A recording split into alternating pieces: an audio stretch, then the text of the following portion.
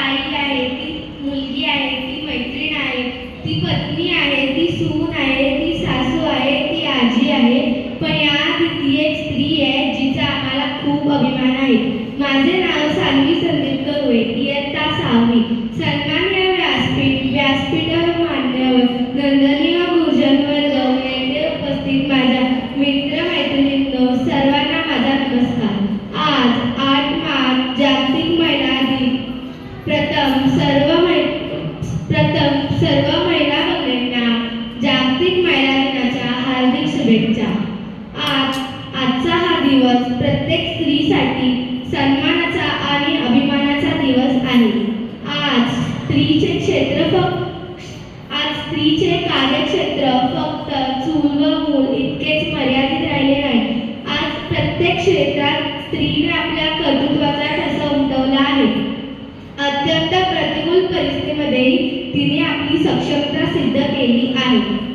स्वराज्य निर्मितीसाठी शिवरायांना घडवणाऱ्या राज्यमाता जिजाऊ, लहानग्याला पाठीशी बांधून रणांगणावर लढणाऱ्या बहादूर झाशीची राणी लक्ष्मीबाई, अलौकिक समाजकार्य करणाऱ्या अहिल्याबाई होळकर, महिलांना शिक्षणाची कवाडे उघडी करणाऱ्या ज्ञानज्योती सावित्रीबाई फुले, आकाशाला गवसणी घालणाऱ्या कल्पना चावला,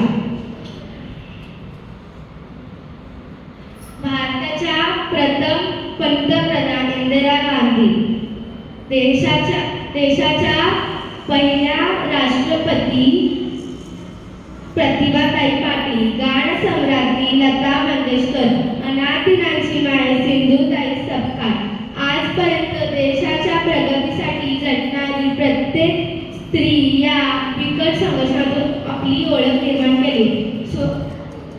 आज स्त्री पुरुषांच्या खांद्याला खांदा लावून कार्य करीत आहे, आपली ओळख निर्माण करीत आहे.